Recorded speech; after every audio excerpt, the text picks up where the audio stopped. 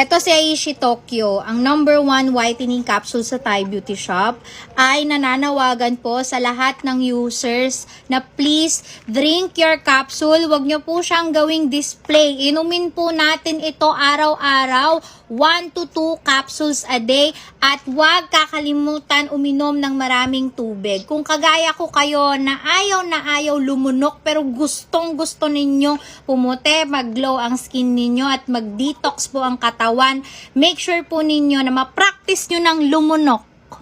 Aswang, iba na naman iniisip mo Sinasabi ko sa'yo, iinom ka ng maraming tubig at kailangan mo ng ganitong kalaking bote kasi para maiwasan ang sakit ng ulo, pero hindi na talaga maiiwasan ang sakit ng bulsa kapag nasubukan mo ang effect neto. Kasi aaraw-arawin mo nang bumili ng mga products ng Thai Beauty Shop. Yun lang ang reminder ko sa'yo, Aswang.